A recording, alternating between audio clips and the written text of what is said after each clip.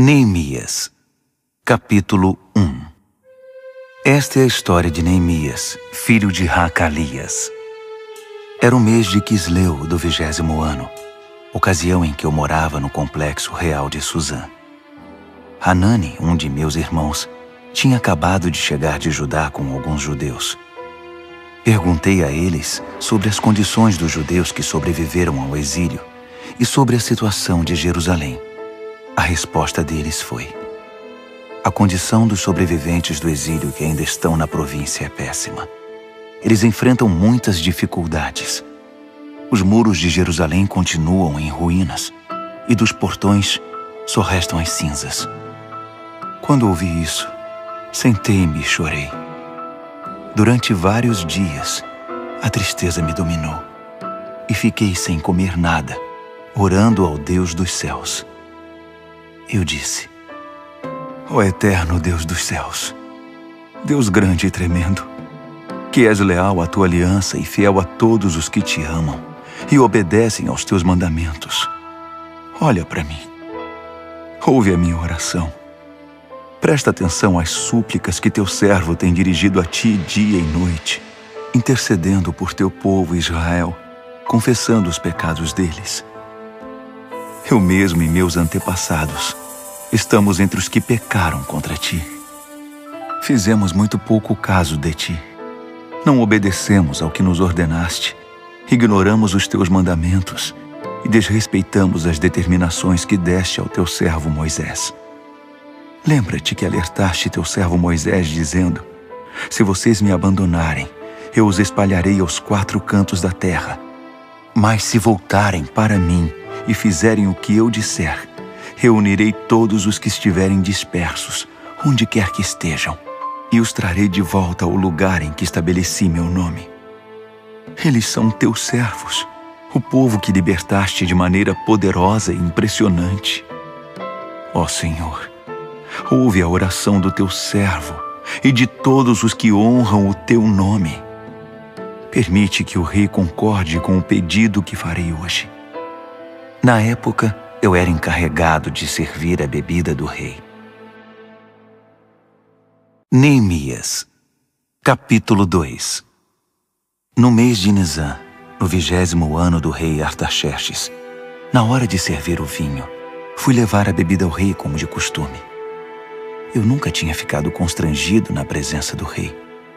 Por isso ele me perguntou: você parece abatido? Não está doente ou deprimido, está? A pergunta me deixou ainda mais perturbado. Respondi: viva o rei! Como eu não estaria abatido se a cidade na qual todos os meus familiares estão sepultados está em ruínas e só restam cinzas dos seus portões? O rei perguntou: o que você deseja? Orando ao Deus dos céus, fiz o meu pedido. Se o rei está contente comigo e acha que sou um bom funcionário, dá-me permissão para ir ajudar até a cidade na qual meus antepassados estão sepultados, para que eu possa reconstruí-la. O rei, com a rainha sentada ao seu lado, disse: quanto tempo você precisa para realizar esse trabalho e quando estará de volta? Eu disse a data e o rei concordou com a minha ida. Depois eu disse: se o rei concordar, escreva cartas aos governadores do território a oeste do Eufrates, para que me deixem passar até chegar a Judá. Que o rei dê também ordens a Asaf, o encarregado dos bosques do rei, para me fornecer madeira para as vigas do complexo do templo, para os muros da cidade e para a casa em que vou me alojar. A mão generosa de Deus estava comigo, e o rei me concedeu as cartas. Quando me encontrei com os governadores do outro lado do rio Eufrates, mostrei a eles as cartas do rei. O rei providenciou até mesmo uma escolta de cavaleiros. Quando Sambalate, o Horonita, e Tobias, o oficial amonita, souberam disso, ficaram furiosos. Eles não se conformavam em ver alguém defender os interesses do povo de Israel. Foi assim que cheguei a Jerusalém. Depois de 3 dias, eu e alguns homens que estavam comigo nos levantamos no meio da noite.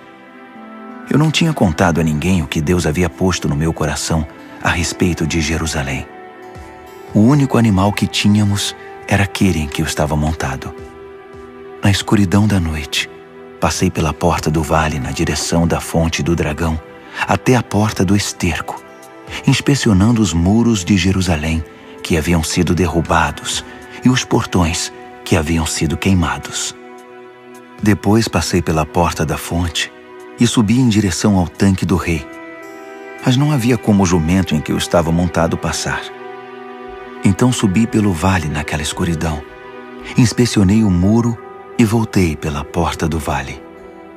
As autoridades locais não sabiam onde eu havia ido e o que estava fazendo. Eu não tinha dito aos judeus, aos sacerdotes, aos nobres, às autoridades locais, nem a qualquer outra pessoa que estaria trabalhando. Então apresentei a eles um relatório. Vamos ser francos. A situação está muito ruim. Jerusalém está em ruínas. Os portões estão todos queimados. Venham comigo. Vamos construir os muros de Jerusalém para que essa situação lamentável tenha um fim. Também contei a eles que Deus estava comigo e que o rei estava me apoiando. Eles responderam: estamos com você. Vamos começar. Logo estavam prontos para começar a obra. Quando Sambalate, o horonita, Tobias, o oficial amonita, e Gesem, o árabe, souberam disso, começaram a caçoar de nós. O que vocês estão fazendo? Pensam que podem passar por cima das ordens do rei? Respondi: o Deus dos céus nos dará sucesso. Somos servos dele e vamos reconstruir os muros. Vocês podem ficar fora disso. Não deem palpite. Jerusalém não é da conta de vocês. Neemias, capítulo 3. O sacerdote principal, Eliasibe, e seus colegas sacerdotes logo se prontificaram. Começaram a trabalhar na porta das ovelhas. Restauraram as portas e fixaram-nas nos batentes. Depois seguiram até a torre dos 100 e a torre de Hananeel. Os homens de Jericó trabalhavam com eles. Ao lado deles, Zacur, filho de Inri. A porta do peixe foi construída pelos irmãos Hassenaá. Eles a restauraram, a encaixaram nos batentes e instalaram as trancas e as travas de segurança. Meremote, filho de Urias, filho de Racós, trabalhou do lado dele. Ao seu lado, Mesulão, filho de Berequias, filho de Mesesabel. Depois, Zadok, filho de Baaná. Ao lado dele, os tecoitas, exceto os nobres que se recusavam a sujar as mãos. A porta de Gesana foi restaurada por Joiada, filho de Pazéia, e por Mesulão, filho de Besodias. Eles a restauraram, a encaixaram nos batentes e instalaram as trancas e as travas de segurança. O gibeonita Melatias, o meronotita Jadom e os homens de Gibeon e de Mispá, lugares que estavam sob a jurisdição do governador da província além do Eufrates, trabalharam com eles. Uziel, filho de Haraías, um dos ferreiros, trabalhou do lado deles, e ao seu lado Hananias, um perfumista. Eles reconstruíram os muros de Jerusalém até o muro largo. O trecho seguinte foi construído por Refaías, filho de Hur, governador da metade de Jerusalém. Ao lado dele, Gedaías, filho de Harumaf, reconstruiu a frente de sua casa. Atus, filho de Hasabneias, trabalhou do lado dele. Malquias, filho de Harim, e Hassub, filho de Paate-Moabe, reconstruíram outro trecho, que incluía a Torre dos Fornos.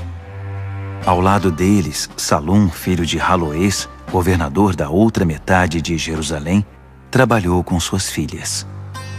A porta do vale foi reconstruída por Hanum e pelos moradores de Zanoa. Eles a restauraram, a puseram nos batentes e instalaram as trancas e as travas de segurança. Reconstruíram também 450 metros do muro até a porta do esterco. A porta do esterco foi reconstruída por Malquias, filho de Recabe, governador do distrito de Bet-Haquerem. Ele a restaurou, a pôs nos batentes e instalou as trancas e as travas de segurança.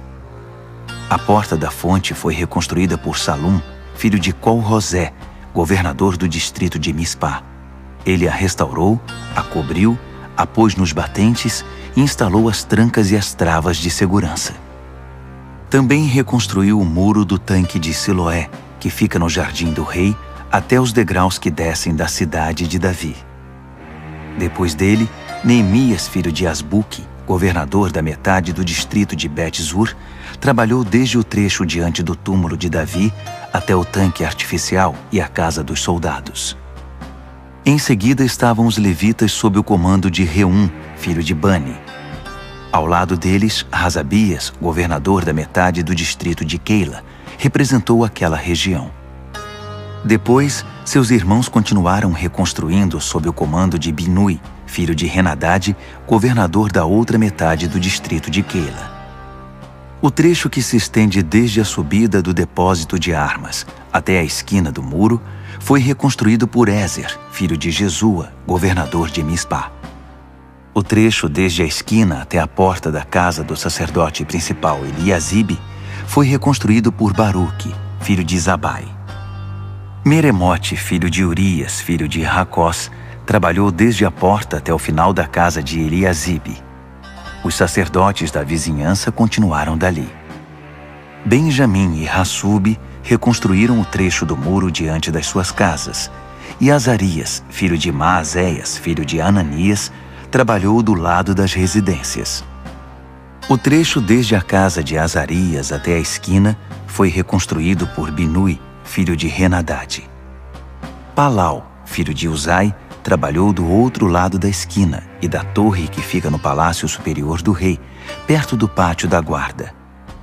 Ao lado dele, Pedaías, filho de Parós, e os servidores do templo que viviam na colina de Ofel reconstruíram desde a porta das águas para o leste até a torre alta. Os homens de Tecoa reconstruíram o trecho desde a grande torre até o muro de Ofel. Os sacerdotes trabalharam no lado de cima da porta dos cavalos. Cada sacerdote reconstruiu o trecho em frente da sua casa. Depois, Zadok, filho de Imer, reconstruiu em frente da sua casa, e em seguida, Semaías, filho de Secanias, o guarda da porta oriental. Depois, Hananias, filho de Selemias, e Hanum, o sexto filho de Zalaf. Em seguida, Mesulão, filho de Berequias, reconstruiu o muro diante do seu galpão. O ferreiro Malquias reconstruiu o muro até o alojamento dos servidores do templo e dos comerciantes, desde a altura da porta da inspeção até a guarita da esquina. Os ferreiros e os comerciantes reconstruíram o trecho que fica entre a guarita da esquina e a porta das ovelhas. Neemias, capítulo 4. Quando Sambalate soube que estávamos reconstruindo o muro, ficou furioso e começou a difamar os judeus. Na companhia de seus comparsas e do exército de Samaria, esbravejou. O que esses pobres judeus estão fazendo? Os coitados acreditam que vão conseguir da noite para o dia restaurar tudo e deixar como antes. Será que vão levantar pedras do nada? Tobias, o amonita, que concordava com ele, acrescentou. Isso mesmo. O que eles pensam que estão construindo? É só uma raposa subir no muro que ele desmorona. Neemias orou. Ouve-nos, ó Deus. Estamos sendo ridicularizados. Faz cair sobre eles essa zombaria. Que os inimigos deles os levem cativos como despojo para uma terra distante. Não perdoes a iniquidade deles. Não os absolvas do seu pecado. Eles estão insultando os que se dedicam à reconstrução. Continuamos a restaurar os muros, e em pouco tempo ele foi fechado até a metade da altura pretendida, porque o povo estava motivado para trabalhar. Quando Sambalate, Tobias, os árabes, os amonitas e os asdoditas souberam que a reconstrução dos muros de Jerusalém estava indo bem e que as brechas do muro estavam sendo tapadas, quase subiram pelas paredes de tanta raiva. Eles se uniram e resolveram atacar Jerusalém, com a intenção de provocar o caos. Mas nós reagimos orando ao nosso Deus e pondo guardas dia e noite para vigiá-los. Não passou muito tempo, começaram a dizer em Judá: os trabalhadores já estão cansados, ainda há muito entulho acumulado. É muito trabalho para nós, não conseguiremos terminar. Ao mesmo tempo, nossos inimigos diziam: eles não saberão quem os atacou. Quando menos esperarem, estaremos no pescoço deles e vamos matar qualquer um que encontrarmos pela frente. Com isso, a obra será interrompida. Os judeus que eram vizinhos deles alertavam: eles estão rodeando. Daqui a pouco vão atacar. Ouvimos o aviso 10 vezes. Por isso posicionei guardas nos lugares mais vulneráveis do muro e organizei o povo por famílias, equipando-os com espadas, lanças e arcos. Depois de inspecionar tudo, chamei os nobres, os oficiais e os demais e disse: não fiquem com medo deles. Atentem para o Senhor, o Deus grande e temível, e lutem por amor de seus irmãos, seus filhos, suas filhas, suas mulheres e suas casas. Nossos inimigos descobriram que sabíamos de todos os seus planos e que Deus havia frustrado sua estratégia. Então voltamos ao trabalho no muro. A partir desse momento, metade dos jovens trabalhava, enquanto a outra metade fazia segurança com lanças, escudos, arcos e armaduras. Os oficiais militares garantiam em Judá a proteção de todos os que se dedicavam à reconstrução do muro. Os construtores trabalhavam com uma ferramenta numa mão e seguravam uma lança com a outra. Cada um dos construtores trabalhava com uma espada na cintura. Ao meu lado ficava um moço que, se fosse preciso, tocaria a trombeta para fazer soar o alerta.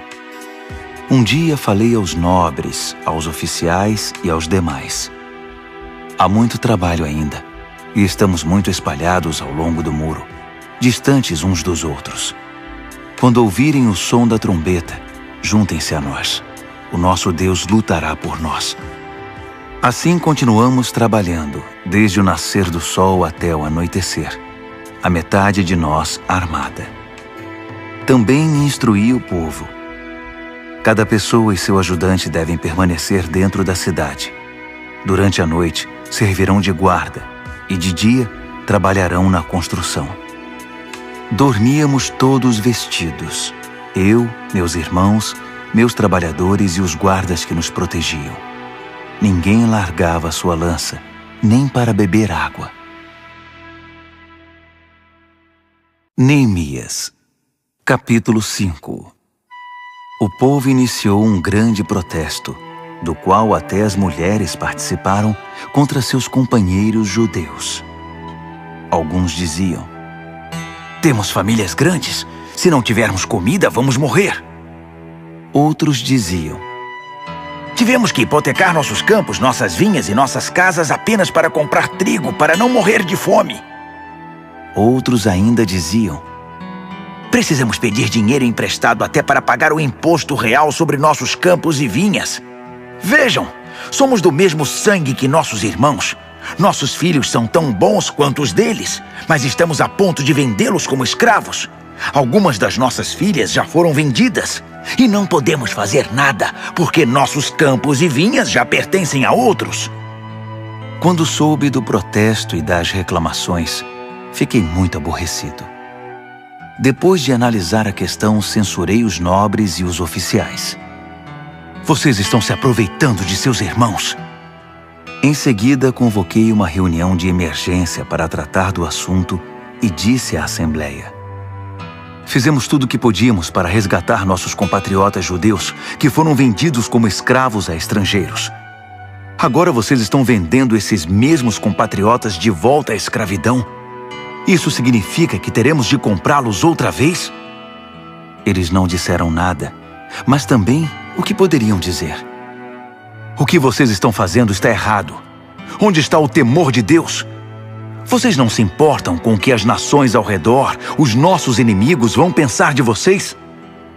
Eu, meus irmãos e as pessoas que estão trabalhando comigo também emprestamos dinheiro para eles. Mas é preciso parar com a cobrança de juros. Devolvam a eles os campos, as vinhas, os olivais e as casas. Perdoem todas as dívidas e não cobrem o trigo, o vinho nem o azeite. Eles responderam: está bem, vamos devolver. Não faremos mais exigências. Faremos tudo o que você nos disser. Logo depois reuni os sacerdotes e obriguei os nobres e os oficiais a cumprir a palavra dada. Eu mesmo tirei tudo que tinha no bolso, sacudi na frente deles e disse: que Deus esvazie o bolso e a casa daquele que não cumprir a promessa, que seja sacudido e esvaziado. Todos concordaram e disseram: vamos fazer assim. E louvaram a Deus. O povo cumpriu mesmo a sua palavra.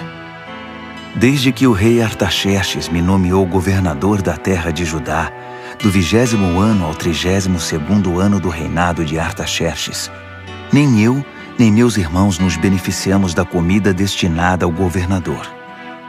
Os governadores antes de mim oprimiam o povo, exigindo comida e vinho, além de 480 gramas de prata.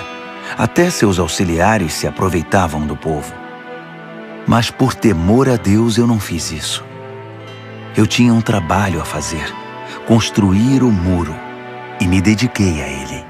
Todos os meus homens estavam envolvidos no trabalho. Não tínhamos tempo para nos preocupar em adquirir propriedades. Além disso, dei de comer do meu próprio bolso a 150 judeus e oficiais provenientes de nações vizinhas.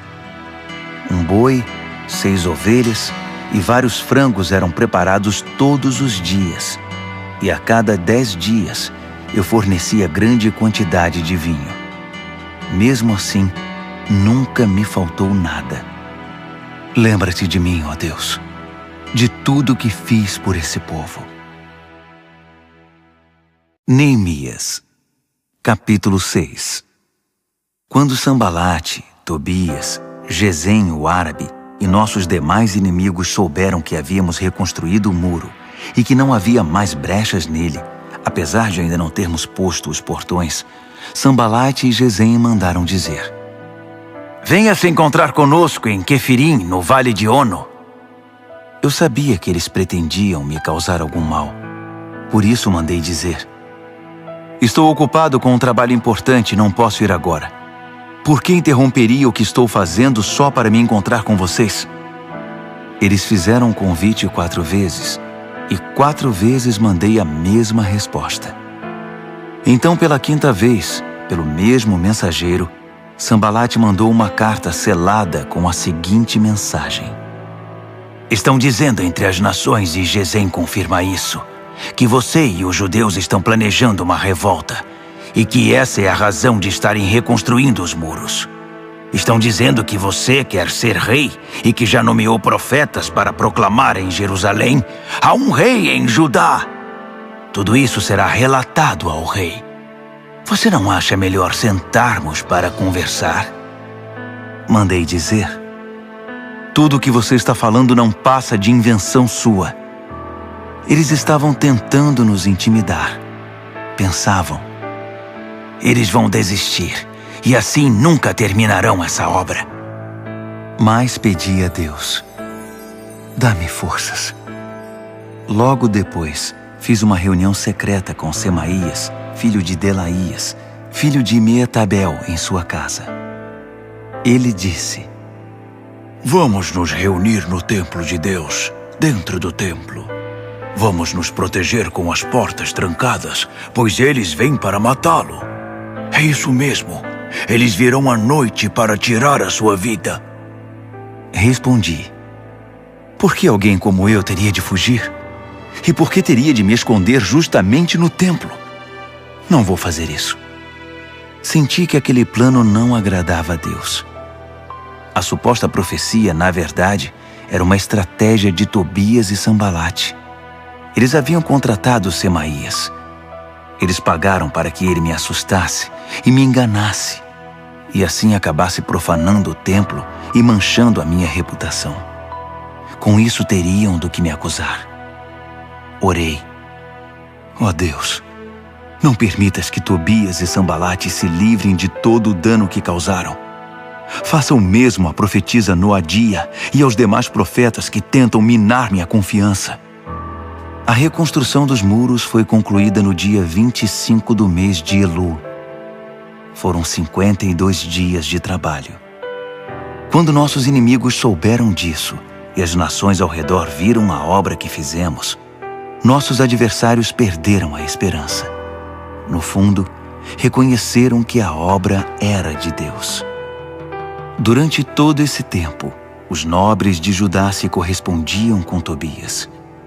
Muitos dos nobres tinham ligações com ele, porque ele era genro de Secanias, filho de Ara, e seu filho Joanã havia se casado com a filha de Mesulão, filho de Berequias. Eles me contavam todas as coisas boas que ele havia feito, e depois contavam para ele tudo o que eu dizia. Então, Tobias mandava cartas para me intimidar.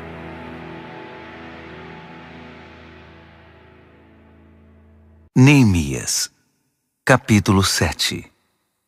Depois que os muros foram reconstruídos, os portões assentados e os guardas, os cantores e os levitas designados, nomeei meu irmão Hanani e com ele Ananias, comandante da fortaleza, para administrar Jerusalém.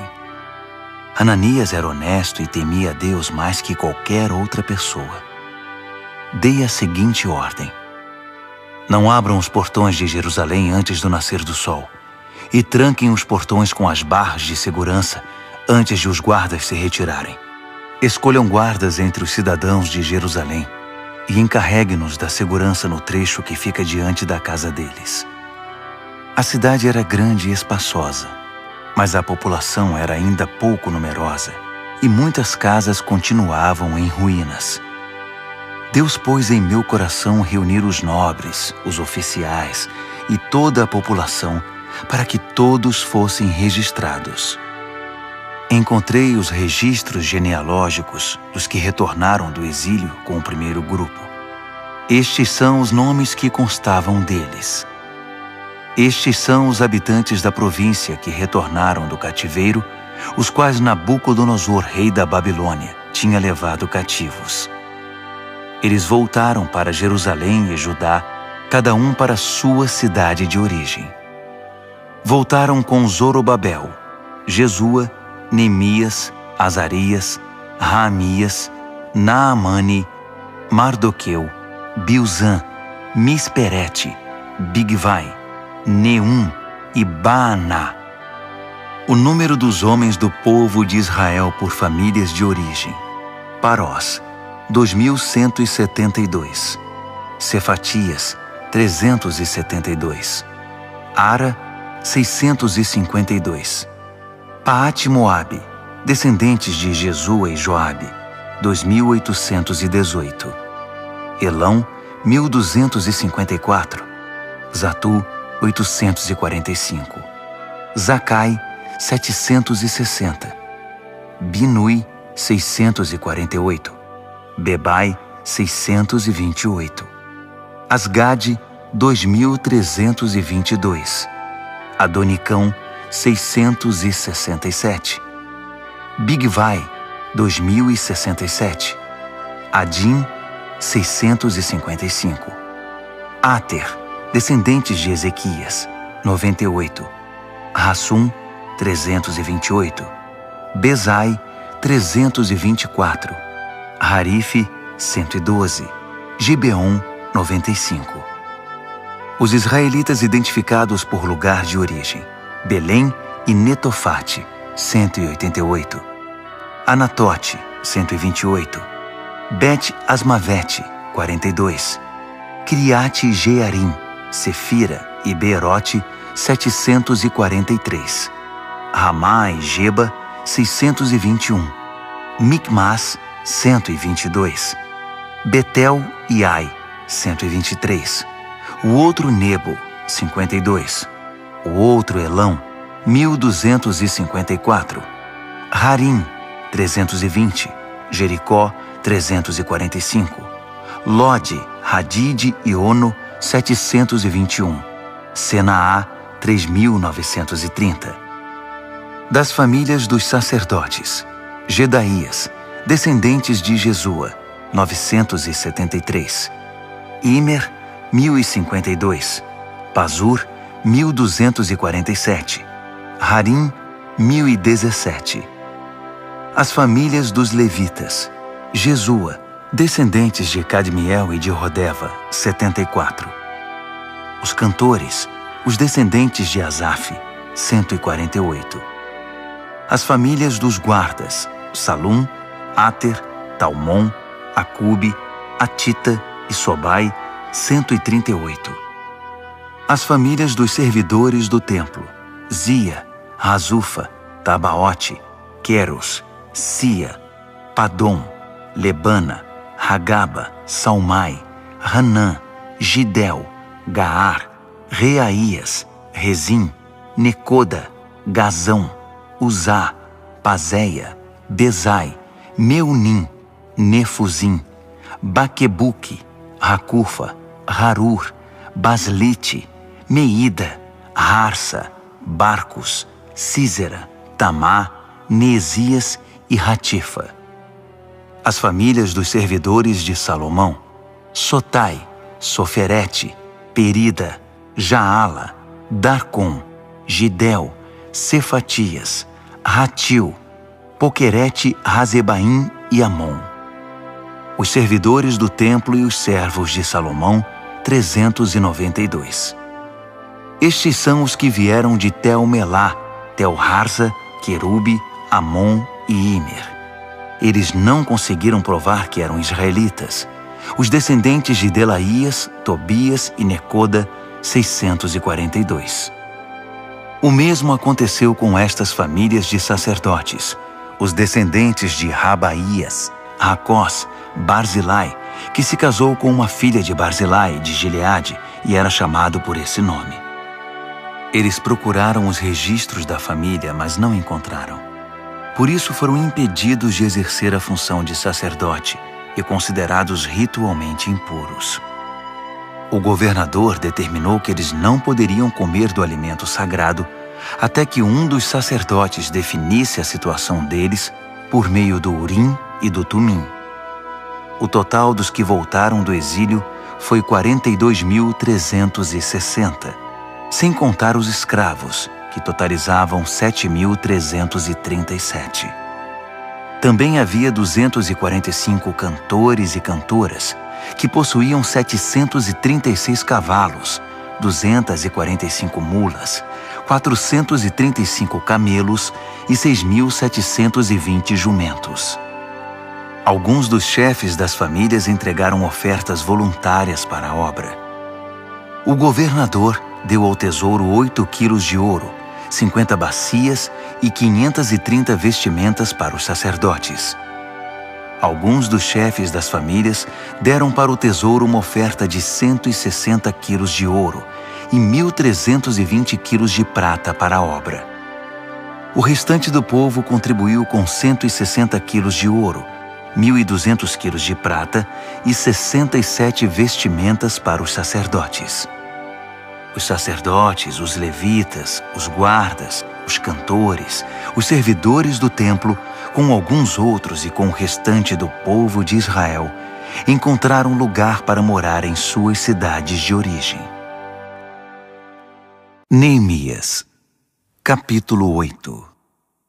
Por volta do 7º mês, quando todos os israelitas haviam se instalado em suas cidades, o povo se reuniu na praça em frente da Porta das Águas e pediu que o escriba Esdras trouxesse o livro da revelação de Moisés que o Eterno tinha dado a Israel.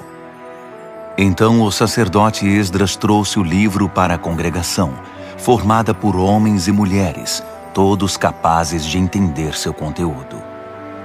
Isso aconteceu no 1º dia do 7º mês.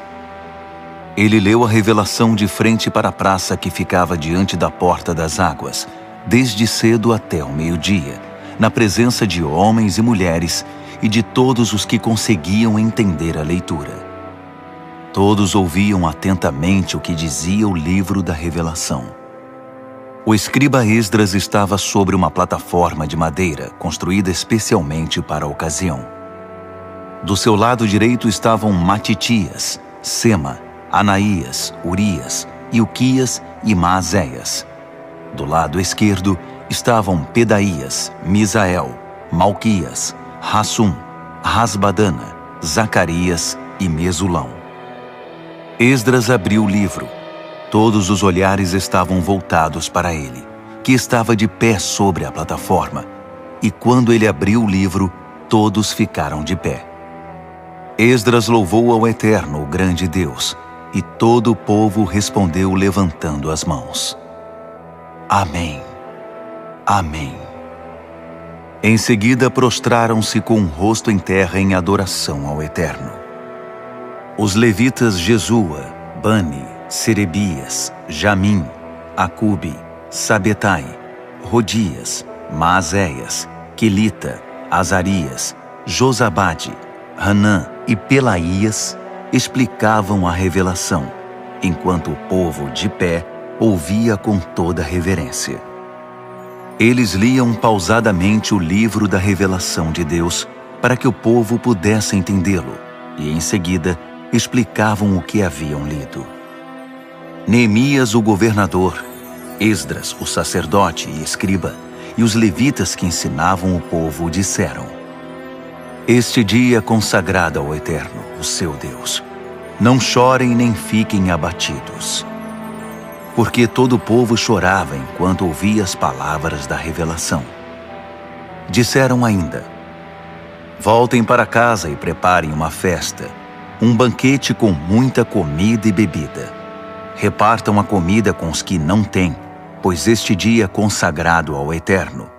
Não fiquem entristecidos. A alegria do Eterno fortalecerá vocês. Os levitas continuaram a tranquilizar o povo. Sosseguem, este dia é consagrado. Não fiquem tristes. Então o povo partiu e preparou uma festa. Eles comeram e beberam com muita alegria, até mesmo os pobres. Eles tinham entendido o que havia sido lido para eles. No segundo dia do mês, os chefes das famílias de todo o povo, os sacerdotes, os levitas, reuniram-se em torno do escriba Esdras para estudar mais profundamente as palavras da revelação.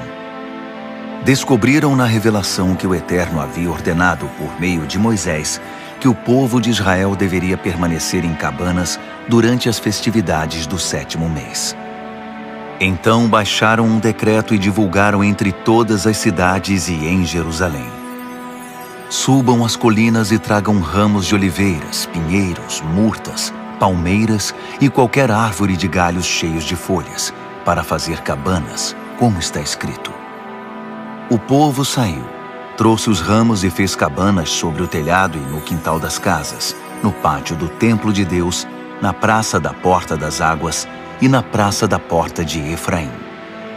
Toda a congregação que havia retornado do exílio fez cabanas e permaneceu nelas. O povo de Israel não fazia isso desde o tempo de Josué, filho de Num. Foi um dia maravilhoso. A alegria era geral.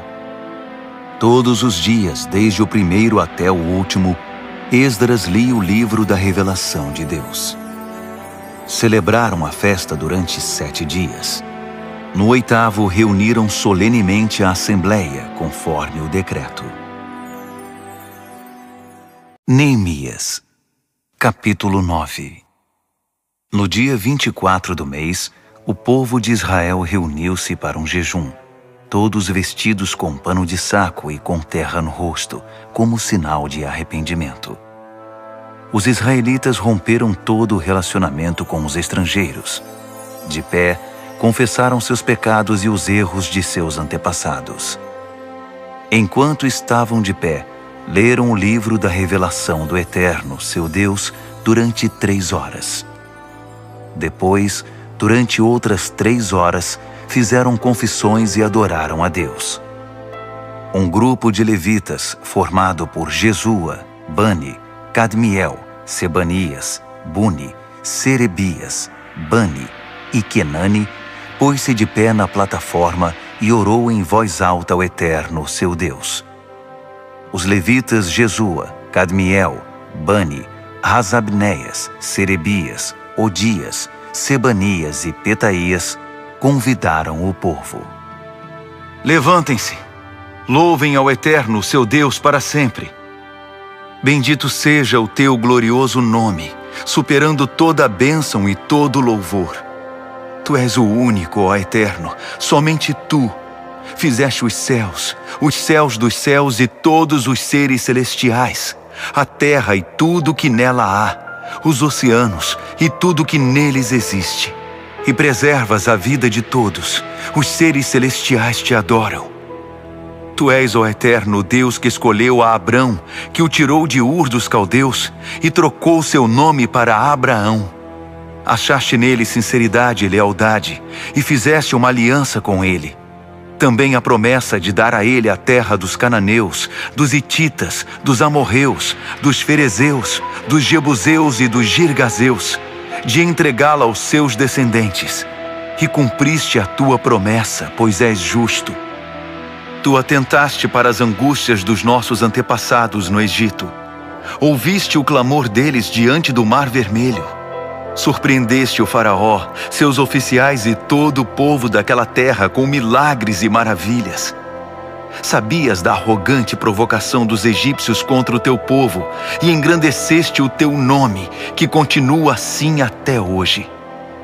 Abriste o mar diante deles, e eles o atravessaram sem molhar os pés. Destruíste os perseguidores que morreram no fundo do mar. Eles afundaram como uma pedra jogada no mar turbulento. Durante o dia, tu os guiaste com uma coluna de nuvem e durante a noite, com uma coluna de fogo, para mostrar o caminho que deveriam seguir. Desceste sobre o monte Sinai. Dos céus, falaste com eles. Deste a eles instruções sobre como viver, ensinamentos verdadeiros, regras e mandamentos justos. Ensinaste o teu povo a guardar os teus sábados santos. Por meio do teu servo Moisés, deste a eles mandamentos, regras e instruções. Mandaste pão do céu quando eles estavam com fome. Fizeste sair água das rochas para saciar a sede deles. E os mandaste entrar e possuir a terra que tinhas prometido a eles. Mas nossos antepassados foram arrogantes. Por teimosia, não obedeceram aos teus mandamentos. Fizeram-se de surdos, recusaram-se a lembrar os milagres que fizeste diante deles. Tornaram-se obstinados e cismaram em voltar para a escravidão do Egito.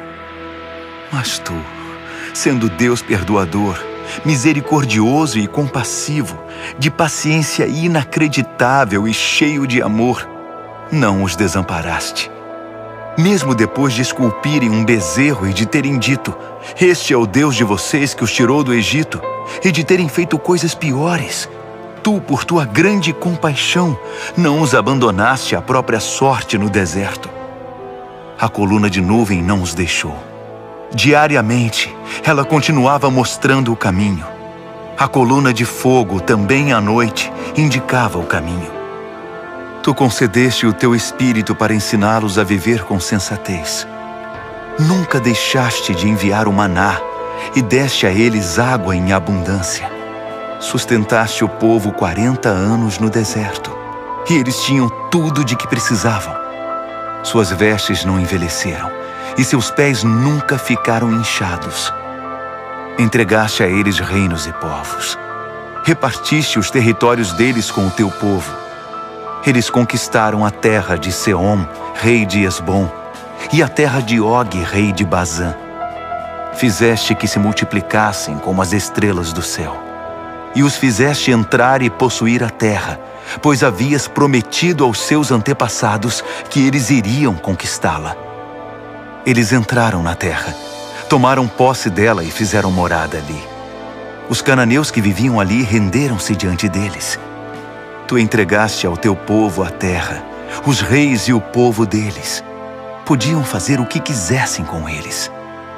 Eles conquistaram fortalezas e lavouras produtivas. Possuíram casas cheias de bens, cisternas, vinhas, olivais, pomares com muitas árvores. Comeram e se fartaram do melhor da terra. deleitaram-se em tua grande bondade. Mas eles se rebelaram contra ti, abandonaram as tuas leis e mataram os teus profetas, os profetas que tentavam conduzi-los de volta para ti, e fizeram coisas ainda piores. Tu os entregaste aos inimigos que os maltrataram. Mesmo assim, no meio da aflição, eles clamaram a ti, e tu os ouviste dos céus. Por conta da tua imensa compaixão, enviaste libertadores que os salvaram da crueldade dos inimigos. Mas assim que as coisas melhoravam, voltavam a cometer pecados piores. Então entregaste aquele povo à própria sorte, aos inimigos que os dominavam. Outra vez eles clamaram, e por tua grande compaixão, tu os ouviste e os livraste. Isso se repetiu várias vezes. Tu os aconselhaste a voltar para a tua revelação, mas eles reagiram com arrogância. Desprezaram teus mandamentos, rejeitaram tuas ordenanças, as palavras que dão vida ao ser humano. Simplesmente viraram as costas, foram intransigentes e não quiseram ouvir. Por muitos anos foste compreensivo com eles e os advertiste por teu espírito, por meio dos teus profetas. Quando se recusavam a ouvir, tu os entregavas aos estrangeiros. Mesmo assim, por causa da tua grande compaixão, não os aniquilaste, não os abandonaste para sempre, pois tu és um Deus de misericórdia e de compaixão. Agora, nosso Deus, nosso grande Deus majestoso e temível, fiel à aliança e compassivo, não desprezes tudo que nós, os nossos reis, nossos príncipes, nossos sacerdotes e profetas sofreram, os nossos antepassados e todo o teu povo, desde o tempo dos reis da Assíria até hoje. Tu não és o culpado por tudo que nos sobreveio. Foste correto em tudo. Nós é que erramos. Nossos reis, príncipes, sacerdotes e antepassados não deram valor à tua revelação. Eles ignoraram teus mandamentos, desprezaram tuas advertências. Mesmo quando o reino deles ainda era independente e desfrutavam a tua generosa bondade, vivendo naquela terra fértil e espaçosa que estendeste diante deles, eles não te serviram, mas viraram as costas para ti e voltaram a praticar o mal. Por isso estamos aqui outra vez como escravos. Mas esta é a terra que deste aos nossos antepassados, para que pudessem desfrutar vida boa. Mas olha agora para nós. Não passamos de escravos em nossa terra. A colheita é farta, mas tem de ser entregue aos reis que nos dominam com tua permissão, por causa dos nossos pecados. Eles agem como se fossem donos da nossa vida e fazem o que bem entendem com o nosso gado. Estamos muito aflitos. Por essa razão, estamos firmando um acordo, selando um documento assinado por nossos príncipes, nossos levitas e nossos sacerdotes. Neemias, capítulo 10. O documento selado continha a assinatura das seguintes pessoas: o governador Neemias, filho de Hacalias; os sacerdotes Seraías, Azarias, Jeremias, Pazur, Amarias, Malquias, Ratus, Sebanias, Maluque, Harim, Meremote, Obadias, Daniel, Ginetom, Baruque, Mesulão, Abias, Miamim, Maasias, Bilgai e Semaías. Esses eram os sacerdotes. Os levitas: Jesua, filho de Azanias; Binui, dos descendentes de Henadade; Cadmiel e seus familiares; Sebanias, Rodias, Quelita, Pelaías, Hanã, Mica, Reobe, Razabias, Zacur, Serebias, Sebanias, Rodias, Bani e Benino. Os líderes do povo: Parós, Paate-Moabe, Elão, Zatu, Bani, Buni, Asgade, Bebai, Adonias, Bigvai, Adim, Ater, Ezequias, Azur, Rodias, Rassum, Bezai, Harife, Anatote, Nebai, Magpias, Mesulão, Rezir, Mesesabel, Zadok, Jadua, Pelatias, Hanã, Anaías, Oséias, Hananias, Hassubi, Haloes, Pílea, Sobeque, Reum, Razabna, Maazéias, Aías, Hanã, Anã, Maluque, Harim e Baaná.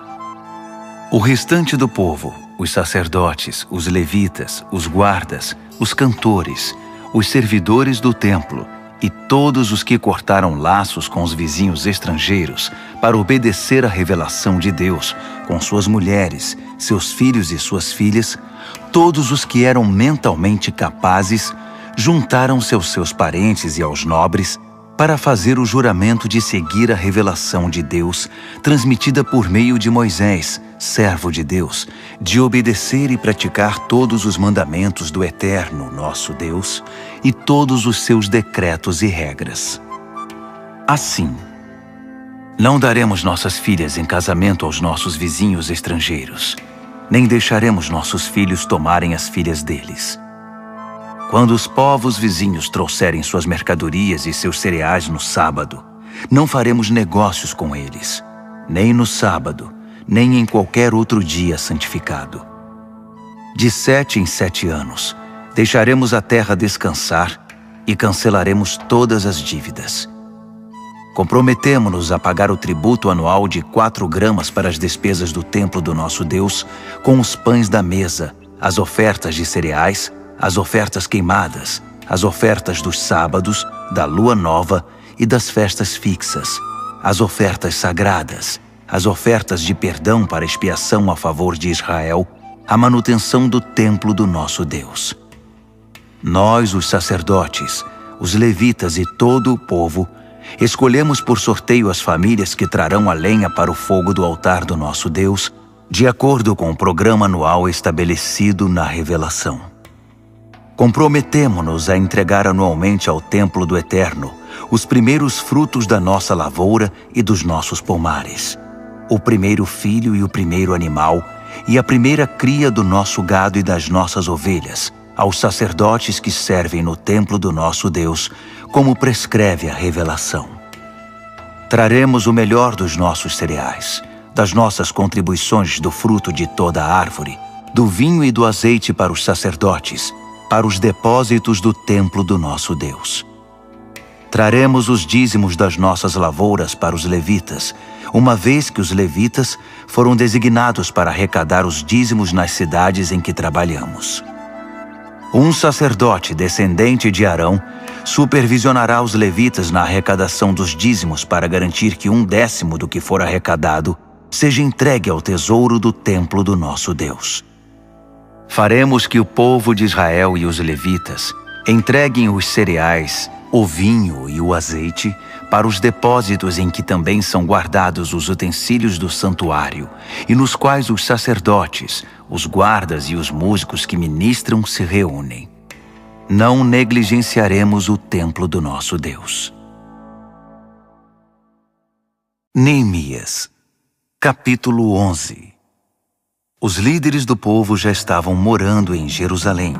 Por isso, o restante do povo escolheu, por sorteio, 1 de cada 10 pessoas para morar em Jerusalém, a cidade santa, enquanto os outros 9 permaneciam em suas cidades. O povo também aprovou todos os que se ofereceram voluntariamente para morar em Jerusalém. Estes foram os líderes das províncias que se mudaram para Jerusalém. Alguns israelitas, sacerdotes, levitas, servidores do templo e descendentes dos oficiais de Salomão moravam em suas propriedades, que estavam espalhadas entre as várias cidades de Judá. Outros de Judá e Benjamim moravam em Jerusalém. Entre os descendentes de Judá, Ataías, filho de Uzias, filho de Zacarias, filho de Amarias, filho de Cefatias, filho de Maalaleel, descendente de Pérez. Maazéias, filho de Baruque, filho de Col-Rosé, filho de Razaías, filho de Adaías, filho de Joiaribe, filho de Zacarias, descendente de Selá. Os descendentes de Pérez, que moravam em Jerusalém, totalizavam 468 homens valentes. Entre os descendentes de Benjamim, Salu, filho de Mesulão, filho de Joede, filho de Pedaías, filho de Colaías, filho de Maazéias, filho de Itiel, filho de Jesaías, e seus irmãos Gabai e Salai. Ao todo, 928 homens. Joel, filho de Zicre, era chefe deles, e Judá, filho de Rassenua, era o segundo no comando sobre a cidade. Dos sacerdotes, Gedaías, filho de Joiaribe, e Jaquim. Seraías, filho de Ilquias, filho de Mesulão, filho de Zadoque, filho de Meraiote, filho de Aitube, que era o administrador do templo de Deus, e seus companheiros que faziam o trabalho do templo. Ao todo eram 822 homens. Além desses, Adaías, filho de Jeroão, filho de Pelaías, filho de Anze, filho de Zacarias, filho de Pazur, filho de Malquias, e seus companheiros, que eram chefes de famílias, totalizavam 242 homens. Amassai, filho de Azarreel, filho de Azai, filho de Mesilemote, filho de Imer, e seus companheiros, todos homens valentes, eram 128 homens. O chefe deles era Zabdiel, filho de Gedolim. Dos levitas, Semaías, filho de Hassube, filho de Asricão, filho de Razabias, filho de Buni, Sabetai e Josabade, 2 líderes dos levitas encarregados do trabalho externo do templo de Deus. Matanias, filho de Mica, filho de Zabde, filho de Asaf, o dirigente que conduzia as ações de graças e as orações. Baquebuquias, o segundo entre seus companheiros. Abda, filho de Samua, filho de Galau, filho de Gedutum. Os levitas da cidade santa totalizavam 284 homens. Dos guardas, Acube, Talmon e seus companheiros que vigiavam os portões, um total de 172 homens. O restante dos israelitas, sacerdotes e levitas, estavam espalhados por todas as cidades de Judá, cada um na propriedade de sua família. Os servidores do templo moravam na colina de Ofel. Zia e Gispa eram os líderes deles. O chefe dos levitas em Jerusalém era Uzi, filho de Bani, filho de Razabias, filho de Matanias, filho de Mica. Uzi era dos descendentes de Asaf, os cantores que dirigiam a adoração no templo de Deus. Os cantores estavam sob as ordens do rei, que determinava as atividades diárias deles. Petaías, filho de Mesesabel, descendente de Zerá, filho de Judá, representava os interesses do povo na corte real.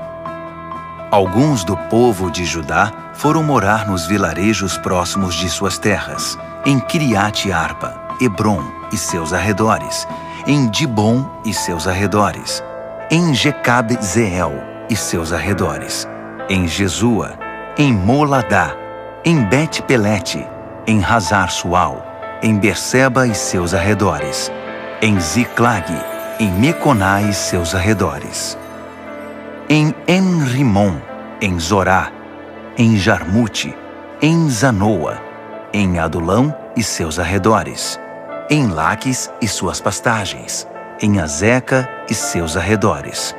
Ocupavam toda a região desde Berseba até o vale do Rinom. Os benjamitas de Geba foram viver em Micmas, Aia, Betel e seus arredores, Ananote, Nobe e Ananias, Razor, Ramá e Gitaim, Hadide, Zeboim e Nebalate, Lode e Ono e o Vale dos Artesões. Alguns grupos de levitas de Judá foram designados para morar em Benjamim. Neemias, capítulo 12. Estes são os sacerdotes e os levitas que vieram com Zorobabel, filho de Sealtiel, e Jesua: Seraías, Jeremias, Esdras, Amarias, Maluque, Ratus, Secanias, Reum, Meremote, Ido, Ginetom, Abias, Miamim, Maadias, Bilga, Semaías, Joiaribe, Gedaías, Salu, Amoque, Ilquias e Gedaías. Esses eram os líderes dos sacerdotes no tempo de Jesua. Os levitas: Jesua, Binui, Cadmiel, Serebias e Judá. Matanias e seus irmãos eram encarregados dos cânticos de louvor, e seus irmãos Baquebuquias e Uni ficavam de frente para eles durante a adoração. Jesua foi pai de Joiaquim. Joiaquim foi pai de Eliasibe. Eliasibe foi pai de Joiada. Joiada foi pai de Jonatas. E Jonatas foi pai de Jadua. Nos dias de Joiaquim, estes foram os chefes das famílias dos sacerdotes: da família de Seraías, Meraías; de Jeremias, Ananias; de Esdras, Mesulão; de Amarias, Joanã; de Maluque, Jonatas; de Secanias, José; de Harim, Adna; de Meremote, Reucai; de Ido, Zacarias; de Ginetom, Mesulão; de Abias, Zicre; de Miniamim e Maadias, Piltai; de Bilga, Samua; de Semaías, Jonatas; de Joiaribe, Matenai; de Gedaías, Uzi; de Salai, Calai; de Amoque, Heber; de Ilquias, Razabias; de Gedaías, Natanael. Nos dias de Eliasibe, Joiada, Joanã e Jadua, os levitas foram registrados como chefes de famílias. Durante o reinado de Dario, o rei da Pérsia, foram registrados os sacerdotes. Os levitas que eram chefes de famílias foram registrados no livro das crônicas até os dias de Joanã, filho de Eliasibe. Eram eles Razabias, Serebias e Jesua, filho de Cadmiel. Seus irmãos ficavam de frente para eles durante o louvor e as ações de graças, para fazer o contracanto, conforme Davi, o homem de Deus, havia instruído. Os guardas foram Matanias, Baquibuquias, Obadias, Mesulão, Talmom e Acube. Eles vigiavam os depósitos que ficavam ao lado dos portões. Viveram na época de Joiaquim, filho de Jesua, filho de Josadaque, no período do governador Neemias e do sacerdote e escriba Esdras. Para a dedicação dos muros foram convocados levitas de toda a parte para estar em Jerusalém e preparar uma grande celebração, com hinos de ações de graças e cânticos ao som de símbolos, harpas e liras. Vieram cantores de todas as partes de Jerusalém, dos vilarejos dos netofatitas, de Bet-Gilgal, das terras de Geba e Asmavete. Eles fundaram vilas para si em torno de Jerusalém. Os sacerdotes e os levitas se consagraram. Depois, fizeram o mesmo com o povo, os portões e o muro. Chamei os líderes de Judá para se reunirem perto do muro e formei 2 grandes coros. Um deles seguiu para a direita, na direção da porta do esterco, acompanhado por Rosaías e metade dos líderes de Judá, entre eles Azarias, Esdras, Mesulão, Judá, Benjamim, Semaías e Jeremias. Alguns dos jovens sacerdotes portavam trombetas. Depois, tocando os instrumentos musicais de Davi, o homem de Deus, vinham Zacarias, filho de Jonatas, filho de Semaías, filho de Matanias, filho de Micaías, filho de Zacur, filho de Asaf, e seus irmãos Semaías, Azarreel, Milalai, Gilalai, Maai, Natanael, Judá e Hanani. O escriba Esdras os liderava. Da porta da fonte, subiram direto pelos degraus da cidade de Davi, pela escada que fica ao longo do muro, acima do palácio de Davi, voltando para a porta da fonte a leste. O outro grupo seguiu para a esquerda. Eu e metade do povo seguimos pelo muro, desde a Torre dos Fornos até a parte larga do muro, acima da porta de Efraim, a porta de Gesana, a porta do Peixe, a torre de Hananeel e a torre dos 100, até a porta das ovelhas. Paramos na porta da guarda. Depois, os 2 coros ocuparam seus lugares no templo de Deus. Acompanhei a metade dos oficiais e os sacerdotes Eliaquim, Maazéias, Miniamim, Micaías, Elioenai, Zacarias e Hananias, que estavam com suas trombetas. Também estavam lá Maazéias, Semaías, Eleazar, Uzi, Joanã, Malquias, Elão e Ézer. Os cantores eram conduzidos por Jezraías. Naquele dia ofereceram muitos sacrifícios numa grande celebração, pois Deus os havia enchido de alegria. As mulheres e as crianças levantaram a voz com todo o povo. O júbilo de Jerusalém foi ouvido de muito longe. Naquele mesmo dia, foram escolhidos os encarregados dos depósitos das ofertas, dos primeiros frutos e dos dízimos.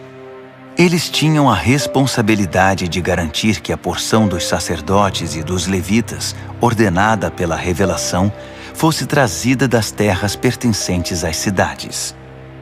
O povo de Judá respeitava muito o trabalho dos sacerdotes e dos levitas. O povo, os cantores e os guardas fizeram tudo como mandava a cartilha. Conduziram a adoração a Deus e o ritual da purificação, de maneira tal que teria enchido os olhos de Davi e Salomão. Era assim que se fazia antigamente, nos dias de Davi e de Asaf, quando havia dirigentes de coros para conduzir o povo nos cânticos de louvor e ações de graças a Deus. Na época de Zorobabel e Neemias, todo Israel contribuía com quantias diárias para os cantores e os guardas. Também separavam o que era destinado aos levitas e os levitas faziam o mesmo para os descendentes de Arão. Neemias, capítulo 13. Naquele mesmo dia, foi lido o livro de Moisés diante do povo. Descobriu-se no livro que nenhum amonita ou moabita podia fazer parte da congregação do povo de Deus, porque eles não haviam acolhido o povo de Israel, negando a eles comida e bebida. Em vez de ajudar os israelitas, contrataram Balaão para amaldiçoá-los. Mas Deus transformou a maldição em bênção. Quando ouviram a leitura da revelação, excluíram de Israel todos os estrangeiros. Antes disso, o sacerdote Eliasibe havia sido encarregado dos depósitos do templo de Deus. Ele era parente de Tobias e tinha disponibilizado para ele uma sala grande, que era usada para estocar as ofertas de cereais, incenso, os utensílios para o sacrifício, os dízimos dos cereais, do vinho e do azeite para os levitas, os cantores e os guardas, e as ofertas para os sacerdotes. Eu não estava em Jerusalém quando isso aconteceu. No 32º ano de Artaxerxes, rei da Babilônia, eu havia voltado para o palácio do rei. Mais tarde, pedi permissão ao rei para viajar outra vez. Cheguei a Jerusalém e foi quando soube que Eliasibe havia cedido espaço para Tobias nos pátios do templo de Deus. Fiquei realmente furioso. Joguei fora tudo que estava dentro da sala, todos os pertences de Tobias. Depois, mandei que a sala fosse purificada. Só então pus de volta os utensílios do templo de Deus, as ofertas de cereal e o incenso. Também fiquei sabendo que os levitas não estavam recebendo a quantia regular de alimento. Por isso os levitas e os cantores que conduziam o culto de adoração haviam abandonado suas responsabilidades e voltado para suas terras. Chamei a atenção dos oficiais dizendo: "Por que vocês abandonaram o templo de Deus?" Chamei todos de volta e os reintegrei às antigas funções, de modo que todo o povo de Judá voltou a trazer os dízimos dos cereais, do vinho e do azeite para os depósitos. Designei o sacerdote Selemias, o escriba Zadoque e os levitas Pedaías como encarregados dos depósitos. Nomeei Hanã, filho de Zacur, filho de Matanias, auxiliar direto deles. Esses homens tinham a reputação de serem honestos e trabalhadores. Eles ficaram encarregados de distribuir a porção de mantimento para seus companheiros. Por isso, lembra-te de mim, ó Deus. Nunca te esqueças de como me dediquei ao trabalho do templo de Deus e do serviço. Enquanto fazia a viagem de volta a Jerusalém, também percebi que o povo prensava uvas, transportava cereais e carregava seus jumentos no sábado. Traziam vinho, uvas, figos e todo tipo de mercadoria para serem comercializados no sábado. Então, eu os adverti contra a venda de alimentos naquele dia. Alguns naturais de Tiro que estavam morando em Jerusalém traziam peixes e outras mercadorias para vender aos moradores de Judá, em Jerusalém, e isso no sábado. Cobrei uma atitude dos líderes de Judá dizendo: "O que está acontecendo? Isso está errado. Vocês estão profanando o sábado. Não foi justamente o que seus antepassados fizeram? Não foi por causa disso que Deus trouxe esta miséria sobre nós e sobre esta cidade? Com a profanação do sábado, vocês estão acrescentando desobediência e fazendo aumentar a ira de Deus contra Jerusalém." Quando os portões de Jerusalém já estavam cobertos pela sombra da tarde, às vésperas do sábado, mandei fechar os portões e proibi que fossem abertos até o fim do sábado. Pus alguns homens de confiança de guarda nos portões, para que não deixassem entrar nada que fosse destinado ao comércio no sábado. Os comerciantes e negociantes de várias mercadorias montaram as barracas fora dos portões 1 ou 2 vezes. Mas chamei a atenção deles, dizendo: "Vocês não devem ficar aqui perto do muro. Se eu encontrar vocês aqui outra vez, vou retirá-los à força."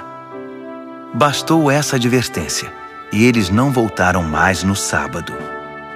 Depois, instruí os levitas a se purificarem e assumirem o posto nos portões, para que a santidade do sábado fosse respeitada. Lembra-te de mim, ó Deus. Tem compaixão de mim, por teu grande amor e por tua fidelidade. Na mesma época, constatei ainda que muitos judeus haviam se casado com mulheres de Asdod, de Amon e de Moabe. Metade das crianças nem falava o idioma de Judá, só sabiam falar a língua de Asdod ou outra língua. Então chamei a atenção desses homens e os amaldiçoei. Cheguei a bater em alguns deles e a arrancar seus cabelos. Fiz que jurassem em nome de Deus que acatariam a minha ordem. Não deem suas filhas em casamento aos filhos desses povos. Nem deixem as filhas deles se casarem com seus filhos. Nem tomem mulheres para vocês do meio desses povos. Não foi justamente esse o pecado de Salomão, rei de Israel, quando tomou mulheres como essas? Apesar de não ter havido outro rei como ele, e de Deus o ter amado e feito dele rei sobre todo Israel, as mulheres estrangeiras provocaram sua ruína. Vocês chamam isto de obediência? Envolver-se em tamanho mal, sendo infiéis a Deus, casando-se com mulheres estrangeiras?